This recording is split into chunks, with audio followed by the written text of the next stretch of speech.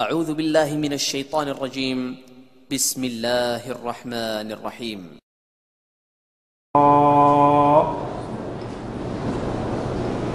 وعلى آلہ المجتبى واصحابہ النجبى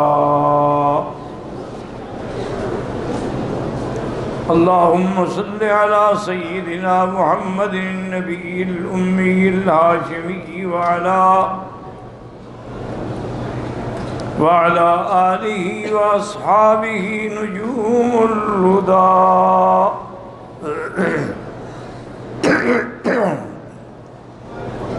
اما بعد فقد قال اللہ تبارک و تعالی فی القرآن المجید والفرقان الحمید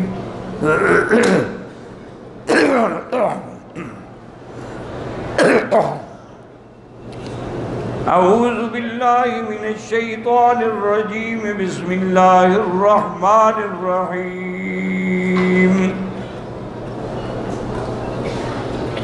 وَسَيُجَنَّبُهَا الْأَتْقَى الَّذِي يُؤْتِي مَالَهُ يَتَزَكَّى وَمَا لِأَحَدٍ عِندَهُ مِن نِّعْمَةٍ تُجْزَى إِلَّا ابْتِغَاءَ وَجْهِ رَبِّهِ الْأَعْلَى وَلَسَوْفَ يَرْضَى قال النبي صلى الله عليه وسلم علیکم سنتی و سنت الخلفاء الراشدین المہدیین تمسکوا بها وعزوا علیہا بالنواجذ صدق اللہ العلی العظیم وصدق رسولہ النبی الکریم ونحن على ذلك لمن الشاهدين ومن الشاكرين والحمد لله رب العالمين رب اشرح لي صدري ويسر لي أمري واحلل عقدة من لساني يفقهوا قولي رب زدني علما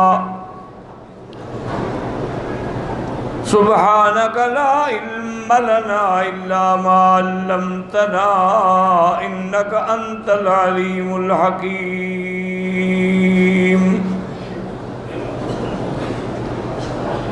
برادران اسلام، واجب الاحترام بزرگوں، دوستوں، بھائیوں، عزیز نوجوانوں، محترمہ مائیوں اور بہنوں، اللہ تعالیٰ کے کلام مقدس میں سے آیات مبارکہ اور آقا انعامدار حبیب کبریا سیدنا محمد مصطفیٰ صلی اللہ علیہ وعلا آلہ واصحابہ وسلم تسلیما کثیرا کثیرا کہ فرامین مبارکہ میں سے ایک حدیث تلاوت کی ہے۔ دعا فرمائیں کہ اللہ اس عاجز کو بالحل صحت عافیت کاملہ عاجلہ دائمہ اور حق بات بیان کرنے کی توفیق عطا فرمائیں۔ آپ کو حق سننے سمجھنے کی، ہم سب کو مل کر حق پر چلنے کی توفیق عطا فرمائیں۔ پروردگار عالم تمام آنے والوں کی حاضری، حج، عبادات، زیارات منظور و مقبول فرمائیں۔ میں نے کل کے درس میں بھی سیدنا ابی بکر رضی اللہ تعالی عنہ کے بارے میں کچھ معروضات پیش کی تھیں، چونکہ یہ متفق عقیدہ ہے کہ حضور صلی اللہ علیہ وسلم کے بعد افضل الخلق جو ہیں وہ حضرت ابو بکر ہیں، اس کے بعد حضرت عمر ہیں رضی اللہ تعالی عنہ، پھر حضرت عثمان ہیں اور پھر حضرت علی ہیں رضوان اللہ علیہم اجمعین۔ چونکہ حضور پاک نے نام لے کے فرمایا،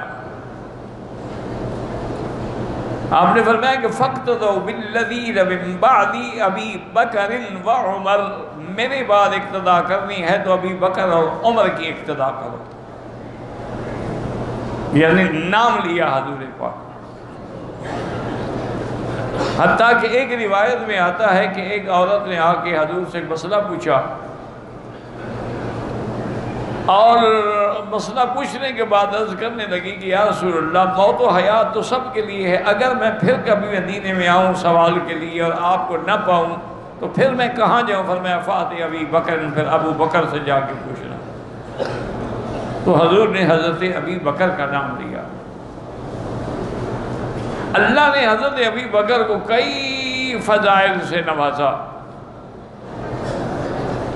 ایک سفر میں حضور صلی اللہ علیہ وسلم کے ساتھ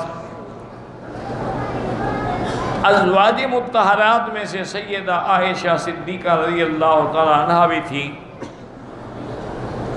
جب قافلہ ٹھہر جاتا تھا تو عورتیں جو ہیں وہ قافلے سے دور پہاڑوں میں، وادیوں میں جاتی تھیں اپنی قضاء حاجت کے لیے۔ اتفاق کی بات یہ ہے کہ بی بی عائشہ جب گئیں تو ان کا گلے میں ہار تھا، وہ ٹوٹ کے گر گیا۔ بی بی صاحبہ نے بڑا تلاش کیا لیکن وہ ہار نہیں ملا۔ اب قافلے کی تیاری کا وقت بھی قریب آ رہا تھا تو بی بی نے حضور سے کہا کہ یا رسول اللہ، میں نے وہ ہار جو ہے وہ تو عاریتاً کسی سے مانگ کے لیا تھا کہ آپ کے سفر میں جا رہی ہوں تو چلو میں گلے میں کچھ پہن لوں، وہ ہار گم ہو گیا ہے۔ حضور پاک نے حکم دیا ابھی قافلے کو روک دیا جائے، اس وقت نہ چلیں جب تک کہ وہ ہار نہ مل جائے۔ صحابہ کو بھی یہ بات پہنچی۔ اللہ کی شان یہ ہے کہ صبح کی وقت بھی، نماز کا وقت بھی قریب ہو رہا تھا اور پانی بھی نہیں تھا، تو بعض صحابہ نے سیدنا ابی بکر سے آ کے کہا کہ ابی بکر دیکھو، تمہاری بیٹی کی وجہ سے ہم سب کی نماز قضا ہو جائے گی۔ عائشہ نے حضور کو روک دیا ہے۔ سیدنا ابی بکر رضی اللہ تعالیٰ عنہ غصے میں آئے، اور بی بی عائشہ فرماتی ہیں کہ اس وقت کیفیت یہ تھی کہ میں ایسے بیٹھی ہوئی تھی اور میری گود میں حضور سر رکھ کے سو رہے تھے۔ میرے ابا نے آئے اور انہوں نے آواز بھی نہیں کی، لیکن مجھے زور سے گھوسا مارا میری پسلیوں میں کہ تم نے حوست الناس، لوگوں کو روک دیا ہے نماز سے۔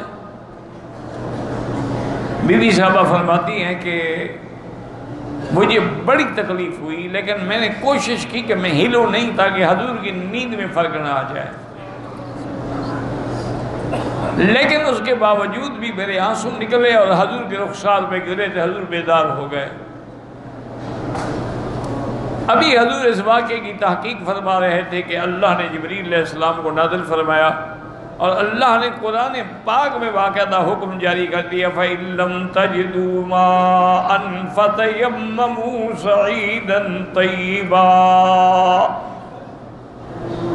میرے محبوب آپ اپنی امت سے کہہ دیں کہ اگر کبھی پانی نہ ملے، آدمی کو وضو کی ضرورت ہو، حتیٰ کہ غسل جنابت کی بھی ضرورت ہو، تو تیمم کر کے نماز پڑھ لیں۔ اللہ نے حضور کی امت کے لیے اتنی رحمت فرما دی کہ تیمم کی اجازت آئی، تو اب سارے صحابہ دوڑ کے حضرت ابو بکر کو مبارک دے رہے ہیں کہ ابو بکر اللہ تمہیں مبارک دے، تمہارے گھرانے کی وجہ سے آج پوری امت قیامت تک کے لیے اس نعمت سے مستفید ہو گئی کہ پانی نہ ملے تو تیمم کر دو۔ تو یہ تیمم کی آیت جو ہے اس کا سبب بھی ابو بکر اور اس کی بیٹی ہے۔ اب بھی عائشہ فرماتی ہیں رضی اللہ تعالیٰ عنہ کہ جب تیاری ہو گئی میں نے کہا اللہ کی مرضی، انا للہ و انا الیہ راجعون، ہار نہ ملا تو کیا کروں؟ جب اونٹ کو اٹھایا گیا تو ہاتھ نیچے پڑا ہوا تھا، اترتے ہوئے وہ گر گیا تھا۔ تو اسی سے یہ مسئلہ بھی ثابت ہو گیا کہ نبی عالم الغیب نہیں ہوتے، اگر حضور عالم الغیب ہوتے تو ہاتھ تلاش نہ کر لیتے۔ علم غیب جو ہے وہ صرف اللہ کا خاصہ ہے، لیکن اگر اللہ علم غیب دیتے ہیں تب بھی انبیاء کی شان ہے، اور نہ دیں تب بھی شان ہے۔ اب دیکھو نا، اگر یہاں علم حاصل ہو جاتا تو تیمم کے حکم تو نہ آتا، ورنہ اللہ پہلے بھی علم دے سکتے تھے، لیکن علم غیب نہ دینے کی ایک شان بن گئی کہ قیامت تک کے لیے حضور کی امت جو ہے وہ اتنی بڑی نعمت سے مستفید ہو گئی۔ تو یہ مسئلہ جو ہے یہ بھی ابو بکر اور بی بی عائشہ کی سبب سے امت کو ملا۔ اسی طرح غزوہ تبوک کے موقع پر حضور پاک نے فرمایا کہ ہم نے تبوک جانا ہے، چونکہ ہمیں پتہ لگا ہے کہ روم والے جو ہیں وہ لشکر لے کر مدینے پہ حملہ کرنے کا ارادہ رکھتے ہیں، تو ہم یہ چاہتے ہیں کہ مدینہ منورہ میں لڑائی نہ ہو، ہم آگے جا کر ان کا مقابلہ کریں۔ خدا کی شان ہے، وہ گرمیوں کے ایام تھے اور امت مسلمہ بھی سخت حاجت میں مبتلا تھی۔ حضور نے فرمایا کہ جس کو جتنی اللہ توفیق دے وہ چندہ دے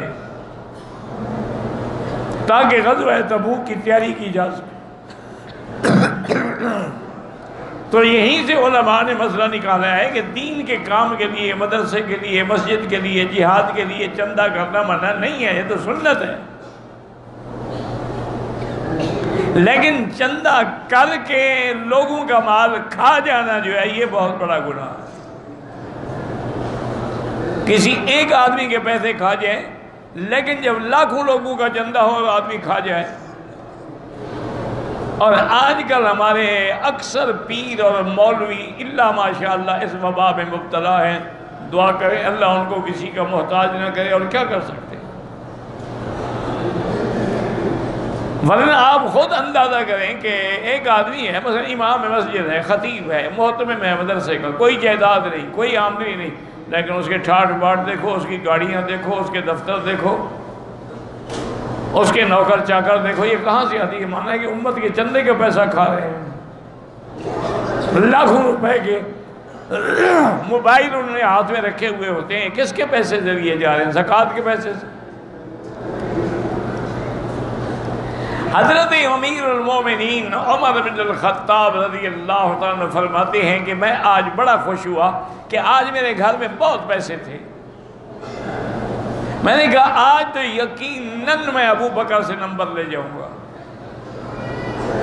میں نے گھر میں جا کے جتنا مال تھا سب کو آدھا آدھا کیا، آدھا گھر کے لیے چھوڑا، آدھا لے کے حضور کے دربار میں رکھ دیا۔ حضور پاک نے فرمایا عمر کیا لے کے آئے ہو؟ میں نے کہا یا رسول اللہ قسمت بین مالی، میں نے اپنے مال کو تقسیم کیا ہے، آدھا گھر چھوڑا ہے، آدھا دربار میں لے آیا ہوں۔ آپ بڑے خوش ہوئے، دعائیں دیں۔ اس کے بعد پوچھا کہ ابا بکر تم کیا لائے ہو؟ اس نے کہا حضور میں تو اپنے گھر میں اپنے کپڑوں کے سوا کچھ نہیں رکھا، سب کو لے کے حضور کے دربار میں آ گیا ہوں، بس اللہ اللہ کے رسول کا نام مجھے کافی ہے۔ تو حضرت عمر کہتے ہیں میں نے بڑی حسرت سے کہا، میں نے کہا ابو بکر تم کسی کو نمبر نہیں لینے دیتے، آج بھی تم جیت گئے، حالانکہ مجھے بڑی امید تھی۔ حضرت عثمان رضی اللہ تعالیٰ عنہ کو حضور نے فرمایا کہ عثمان تم کیا دیتے ہو؟ کہ آپ سے میں 300 اونٹ ما ساز و سامان کے دوں گا، اور میں اور بڑھاؤ۔ انہوں نے کہا حضور میں اور 300 اونٹ دوں گا۔ آپ نے فرمایا اور بڑھاؤ۔ انہوں نے کہا حضور میں اور 300 اونٹ دوں گا۔ 900 اونٹ اس زمانے میں، اور ما احلاسیہ و اکتابیہ، سارے ساز و سامان کے ساتھ۔ اور حضرت ابو بکر فرماتے ہیں تھوڑی دیر گزری کہ حضرت عثمان ایک بڑی تھیلی دینار و درہم کی بھری ہوئی لائے اور حضور کی گود میں ڈال دی، اور حضور اپنی گود میں یوں ہلا بھی رہے ہیں، خوش بھی ہو رہے ہیں، اور فرما رہے ہیں ما ضر عثمان ما عمل بعد اليوم، آج کے بعد عثمان تمہیں کسی چیز کا غم نہیں، تمہارے لیے جنت واجب ہو گئی۔ لیکن 900 اونٹ کے مقابلے پر اپنا سب کچھ لٹا دو، یہ مقام ابو بکر کو ملا رضی اللہ تعالی عنہ وارضا، اور کسی کو یہ مقام نہیں ملا۔ اسی طرح یاد رکھیں کہ میرے آقا کی وفات کے بعد کچھ قبائل نے زکوٰۃ دینے سے انکار کر دیا۔ جب آپ کے لوگ گئے نا زکوٰۃ لینے کے، انہوں نے کہا ہم زکوٰۃ کیوں دیں؟ اللہ نے قرآن میں حکم دیا ہے نبی کو کہ زکوٰۃ لیں، خذ من اموالہم صدقۃ تطہرہم بہا وزکیہم بہا وصلی علیہم، کہ آپ ان کا مال لے کے پاک کریں، ان کے لیے دعا کریں۔ اب جب نبی فوت ہو گئے ہم کیوں دیں؟ انہوں نے اس تعویل سے، قرآن پاک میں یہ تحریف و تعویل ہمیشہ باطل فرقے کرتے ہیں، اب جیسے دیکھیں نا قرآن میں ربوہ کا نام 2 مقام پر ہے، قادیان نے کہا ہمارے رب کا قرآن کے اندر ذکر ہے۔ وہ اللہ کے بندے بھی عیسیٰ علیہ السلام کے زمانے کا قصہ ہے، قادیانی کا دادی بھی پیدا نہیں ہوئی ہوگی، لیکن جھوٹے کا کیا علاج؟ اب جناب یہ ہوا کہ حضرت ابو بکر کو اطلاع ملی کہ فلاں قبیلے میں زکوٰۃ دینے سے انکار کر دیا۔ آپ آگے آئے، آپ نے خطبہ پڑھا، خطبہ پڑھنے کے بعد آپ نے فرمایا کہ لوگوں سن لو، جو شخص بھی زکوٰۃ کا انکار کرے گا میں اس کے ساتھ قتال کروں گا اور میں اس کے خلاف جہاد کا حکم دوں گا۔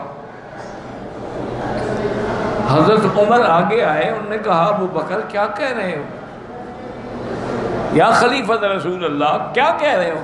نقاتل اہل القبلہ، ہم ان کے ساتھ قتال کریں گے جو نماز پڑھتے ہیں، قبلے کی طرف منہ کرتے ہیں، ہمارا کھانا کھاتے ہیں، ہمارے ساتھ رہتے ہیں۔ اور حضور نے فرمایا کہ من صلی صلاتنا فاستقبل قبلتنا واکل ذبیحتنا فہو منا، جو ہمارا ذبح کردہ کھائے، قبلے کی طرف رخ کر کے نماز پڑھے، وہ ہماری جماعت سے، ان کے ساتھ کیسے ہم قتال کریں؟ زکوٰۃ کا انکار کریں، وہ بھی تعویل سے کر رہے ہیں۔ حضرت ابی بکر غصے میں آئے اور اپنا مکہ بنا کے عمر کے سینے میں زور سے مارا، گھونسا مارا اور کہا کہ اجبار فی الجاہلیت و خوار فی الاسلام، عمر زمانے جاہلیت میں تو بڑا بہادر بنتا تھا، مسلمان ہو کے تو کمزور ہو گیا۔ واللہ لا اقاتلن، مجھے خدا کی قسم ہے میں قتال کروں گا۔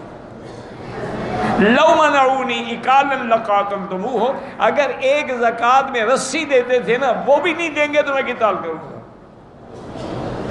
حضرت عمر کہتے میں ہٹ گیا، میں جا کے دیوار سے ٹیک لگا کے بیٹھ گیا اور سوچنے لگا کہ اب کیا کروں، ابو بکر کا ساتھ دوں نہ دوں؟ کہتے ہیں ثم انشرح اللہ صدری کما شرح صدر ابی بکر، اللہ نے میرا سینہ بھی کھول دیا جیسے ابو بکر کا سینہ کھول دیا۔ مجھے بھی بات سمجھ آ گئی کہ ابو بکر سچ کہتا ہے، آج اگر کوئی زکوٰۃ کا انکار کرے اور ہم خاموش ہو جائیں، کل کوئی نماز کا انکار کر دے گا۔ جیسے آج کل دیکھیں آغا خانی ہیں، انہوں نے نماز کا انکار کیا ہوا ہے، اور کئی فرقے ہیں، بعد میں 5 کی 2 بنا لی، بعد میں ساری معاف کر دی۔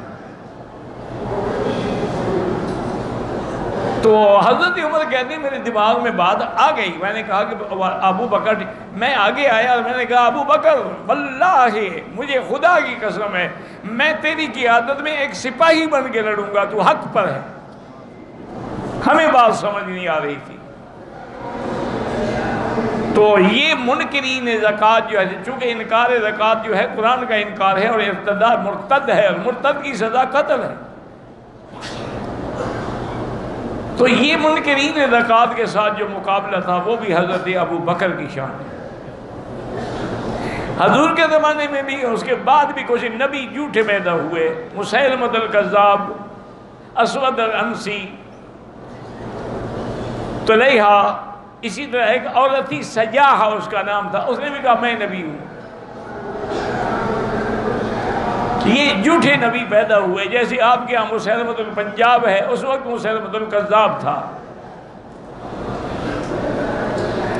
تو ان منکرین ختم نبوت سے جہاد جو ہے وہ حضرت عمر نے کیا، حضرت ابو بکر نے کیا۔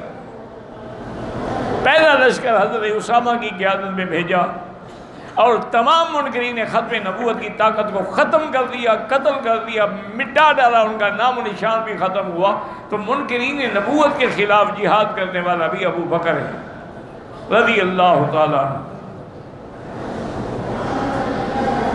اسی طرح یاد رکھیں کہ سیدنا ابی بکر رضی اللہ تعالیٰ عنہ کو اللہ نے یہ مقام اور یہ عظمت دی تھی کہ حضور نے اعلان فرمایا تھا کہ لا تبقین باب فی المسجد الا خوخۃ ابی بکر، مسجد نبی میں تمام دروازے بند کر دو، صرف ابو بکر کا دروازہ کھلا رہے۔ اللہ کی شان دیکھو، 1400 سال گزر گئے، آج بھی ابی بکر صدیق کا دروازہ کھلا ہوا ہے، کیونکہ حضور نے جو حکم دیا تھا کہ یہ کھلا رہے۔ تو یہ مقام جو ہے یہ بھی حضرت ابی بکر کو ملا ہے رضی اللہ تعالی عنہ وارضاہ۔ اور پھر خدا کی قدرت دیکھیں کہ حضرت ابو بکر کی میرے آقا سے مشابہت اتنی تامہ تھی کہ ہر بات میں وہ تصویر محمد مصطفیٰ تھا صلی اللہ علیہ وسلم۔ ایک منٹ دیکھیں کہ حضور کی عمر کتنے ہیں؟ 63 سال۔ ابو بکر کی عمر کتنے ہیں؟ 63 سال۔ حضور 2 ہفتے بیمار رہے، ابو بکر بھی 2 ہفتے بیمار رہے۔ حضور کو بھی جاڑا، سردی اور تیز بخار آتا تھا، ابو بکر کو بھی وہی جاڑا اور تیز بخار آتا تھا۔ حضور صلی اللہ علیہ وسلم پر اس یہودی عورت نے جو زہر دیا تھا خیبر میں، اس کا موت کے وقت اثر ہوا۔ آپ نے فرمایا ھذا ابان انقطاع ابہری من سم الذی اکلت بخیبر، میری آنتیں مبارک کٹ رہی ہیں اس زہر کی وجہ سے جو مجھے دیا گیا تھا۔ اچھا اللہ کی شان دیکھیں کہ موت کے وقت ابو بکر پر بھی وہ زہر اثر کر گیا، جس سانپ نے آپ کو ڈسا تھا غار میں، اس کا زہر جو تھا آؤٹ کر آیا۔ یعنی آپ پر بھی زہر نے اثر کیا، ابو بکر پر بھی زہر نے اثر کیا۔ اللہ کی شان دیکھیں۔ اس کی وجہ ایک یہ بھی تھی کہ اللہ دونوں کو مقام شہادت سے نوازنا چاہتے تھے۔ اور اسی طرح اور مشابہت دیکھیں حضور صلی اللہ، حضور نے اپنی زندگی میں ابو بکر کو مصلی پہ کھڑا کیا، حضور کے بعد خلیفہ بنے۔ ابو بکر نے بھی اپنی زندگی میں عمر کو مصلی پہ کھڑا کیا اور حضرت عمر بھی بعد میں خلیفہ بنے۔ یعنی بالکل عین تصویر ہے محمد مصطفیٰ۔ ہجرت کے موقع پر کفار مکہ نے اعلان کیا تھا کہ جو آدمی حضور کو اور ابو بکر کو زندہ یا نعوذ باللہ مردہ لائے گا ہم ان کو 100 اونٹ دیں گے۔ تو حضور پر بھی 100 اونٹ انعام رکھا گیا، ابو بکر پر بھی 100 اونٹ انعام رکھا گیا۔ اور اسی طرح حضرت ابو بکر فرماتے ہیں کہ جب ہم مدینے پہنچے ہجرت کے بعد تو لوگ میری عمر کو دیکھ کر، میری داڑھی کو دیکھ کے اندازہ کرتے تھے، چونکہ حضور تو ابھی اتنے زیادہ بوڑھے نہیں ہوئے تھے، وہ پہلے مجھے آگے ملنے لگتے ہیں۔ بعض اولیاء اللہ نے ایک بڑا مسئلہ نہیں ہے ان کا، یہ یعنی علمی انکشاف ہے۔ وہ کہتے ہیں اصل میں غار کی صحبت نے، ہجرت کے سفر کی صحبت نے ابو بکر پہ ایسا نبوت کا رنگ چڑھا دیا کہ لوگوں کو سمجھ ہی نہیں آتا تھا کہ نبی کون ہو، کیونکہ صحبت کا اثر تو ہوگا نا ہر حال میں۔ تو حضرت ابو بکر کہتے ہیں میں نے سوچا کہ مدینے والوں کو بات سمجھ نہیں آ رہی، میں نے فوراً ایک کپڑا لیا، ایک طرف سے تھوڑی دھوپ آ رہی تھی، میں کپڑا اوپر لے کے کھڑا ہو گیا تاکہ لوگوں کو پتہ لگے یہ خادم ہے، مخدوم تو وہ ہیں جو نیچے بیٹھے ہوئے ہیں صلی اللہ علیہ وعلی آلہ وصحبہ وسلم۔ اور اسی طرح مطابقت دیکھیں کہ حضور کی وفات جو ہے سوموار 12 ربیع الاول کو ہوئی، ابو بکر کی وفات بھی سوموار کو ہوئی۔ اب یہ اللہ کا نظام ہے۔ ایک دن پہلے آپ نے پوچھا تھا بیوی سے کہ آج کیا دن ہے، حضور کب فوت ہوئے؟ انہوں نے کہا سوموار کے دن۔ فرمایا آج کیا دن ہے؟ انہوں نے کہا آج تو احد ہے، اتوار ہے۔ کہا اچھا اس کا مطلب ہے کہ باقی میرے زندہ رہنے کی 1 رات رہ گئی ہے، میں بھی سوموار کو فوت ہو جاؤں۔ تو آپ کی موت بھی اسی دن مکان، اچھا اس کا حضور کہاں فوت ہوئے؟ حجرہ عائشہ میں، اور ابو بکر کہاں فوت ہوئے؟ حجرہ عائشہ میں۔ جس چارپائی پر حضور کا جنازہ مبارک رکھا گیا اسی چارپائی پہ ابو بکر کا جنازہ رکھا گیا۔ جیسے حضور صلی اللہ علیہ وسلم کی قبر مبارک لحد والی بنائی گئی، ابو بکر کی قبر بھی لحد والی بنائی گئی۔ اسی لیے ایک روایت میں حضور نے فرمایا خلقنا من تربت واحدۃ، ہم ایک ہی مٹی سے پیدا ہوئے ہیں، میں ابو بکر اور عمر اسی میں دفن ہوں گے اور اسی سے پھر ہم کٹھے اٹھیں گے۔ اور ایک دن اپنے صحابہ کو حضور نے فرمایا ھاکذا نبعث یوم القیامہ، قیامت کا دن جب ہوگا عیسیٰ ابن مریم میرے ساتھ ہوں گے، دائیں ابو بکر ہوں گے اور بائیں عمر ہوں گے، اس طرح ہم اپنی روضہ مبارک سے باہر آئیں گے، اس وقت بھی ابو بکر ساتھ ہوگا، غار میں بھی ساتھ ہے، مزار میں بھی ساتھ ہے۔ اور حضور نے فرمایا تھا ابا بکر انت صاحبی فی الدنیا و صاحبی فی الغار و صاحبی علی الحوض، تم جیسے میرے ساتھی ہو اسی طرح حوض کوثر میں بھی تم میرے ساتھ کھڑے ہوگے۔ اور حضور نے فرمایا تھا ابو بکر کو کہ واللہ یا ابا بکر انک اول من تدخل الجنت من امتی، میری امت میں سے سب سے پہلے جنت میں تو داخل ہوگا۔ یہ مقام بھی حضرت ابو بکر کو ملا ہے رضی اللہ تعالیٰ عنہ۔ اور بڑے حضرت ابو بکر کے فضائل ہیں، مناقب ہیں، لیکن آخر موت برحق ہے۔ حضرت ابو بکر رضی اللہ تعالیٰ عنہ بھی فوت ہوئے اور آپ بھی اسی مقام میں دفن ہوئے، عائشہ حجرہ عائشہ صدیقہ میں۔ اور بی بی عائشہ فرماتی ہیں آج میرا خواب سچا ہو گیا کہ آج دوسرا چاند بھی میرے گھر میں آ گیا۔ حضور جب دفن ہوئے تو ابو بکر نے فرمایا تھا کہ ھذا اول قمر، وہ جو خواب میں تم نے چاند دیکھا تھا نا، آج پہلا چاند تیرے گھر میں آیا ہے، تو آج دوسرا چاند بھی میرے گھر میں آ گیا۔ اللہ تبارک و تعالیٰ میرے خواب کو سچا کر رہے تھے۔ اللہ تبارک و تعالیٰ سیدنا ابو بکر، حتیٰ کہ حضرت علی سے پوچھا گیا کہ سب سے بڑا بہادر کون ہے، اس نے کہا ابو بکر۔ انہوں نے کہا حضرت آپ سے، انہوں نے کہا ہاں، جب بدر کے میدان میں ہم 313 تھے اور دشمن 1000 تھا، آپ کے لیے ہم نے ایک چھپر بنایا تھا، ہم سوچ رہے تھے کہ یہاں حضور کو اوپر بٹھائیں گے، لیکن پہلا کون دے گا دشمنوں کے مقابلے پہ؟ تو ہم نے کیا دیکھا کہ جا ابو بکر شاہرن سیف، ابو بکر تلوار نکال کے آئے، کہنے لگے جائیں آپ سب آرام کریں، میں پہرا دوں گا محمد مصطفیٰ۔ تو انہوں نے کہا کہ اس وقت کسی کو جرت نہیں ہوئی پہرے دینے کی، ابو بکر کو جرت ہوئی، لہذا سب سے بڑا بہادر جو ہے وہ ابو بکر ہے۔ انہوں نے پوچھا حضرت علی سے کہ حضرت علی تمام صحابہ میں سب سے بڑا عالم کون ہے؟ آپ نے فرمایا ابو بکر۔ اس کو تو خیال تھا نا آپ کہیں گے عالم تو میں بڑا ہوں۔ آپ نے فرمایا نہیں ابو بکر۔ انہوں نے کہا حضرت ابو بکر آپ سے بڑا عالم؟ انہوں نے کہا کہ جب حضور بیمار تھے، حضور نے مصلی پہ کھڑے ہو کر نماز پڑھانے کا حکم کس کو دیا تھا؟ آپ نے فرمایا تھا مروا ابا بکر فلیصلی بالناس، ابو بکر سے کہو کہ نماز پڑھائے۔ اور حضور کا یہ حکم ہے کہ فلیؤمکم اعلمکم بکتاب اللہ، امام اس کو بنایا کرو جو سب سے زیادہ عالم ہو۔ تو اگر صحابہ میں اور زیادہ عالم ہوتے تو حضور اس کو حکم دیتے۔ معلوم ہوا کہ تمام صحابہ میں سب سے زیادہ علم والا جو ہے وہ بھی ابو بکر ہے۔ انہوں نے کہا اچھا آپ نے تو خیبر فتح کر دیا، طاقت و قوت میں کون زیادہ ہے؟ فرمایا ابو بکر۔ وہ حیران ہو گیا۔ انہوں نے کہا اللہ کے بندے، جب کعبۃ اللہ میں داخل ہوئے، مکہ فتح ہو گیا، تو حضور نے مجھے فرمایا کہ علی تم بیٹھ جاؤ، میں تمہارے کندھے پہ کھڑے ہو کے یہ بتوں کے نشان مٹا ڈالوں۔ تو حضور نے ایک قدم رکھا تو میں نے کہا قطن یا رسول اللہ، بس میں نہیں برداشت کر سکتا۔ حضور نے کہا اچھا میں بیٹھ جاتا ہوں، تم میرے کندھے پہ کھڑے ہو کے ان کو مٹا ڈالو۔ تو میں تو حضور کا ایک قدم برداشت نہ کر سکا، ابو بکر تو کندھے پہ بٹھا کے غار ثور میں پہنچ گیا، تو اس سے زیادہ طاقت والا کون ہو سکتا ہے؟ تو اسی لیے ترتیب بھی یہی ہے کہ حضور کے بعد شیخین یعنی ابی بکر و عمر، جیسے کہ حضور نے نام لیا فاقتدوا بالذین من بعد ابی بکر و عمر رضی اللہ تعالی عنہ۔ اللہ تبارک و تعالی ہمیں ان کی محبت اور ان کے نقش قدم پہ چلنے کی توفیق دے۔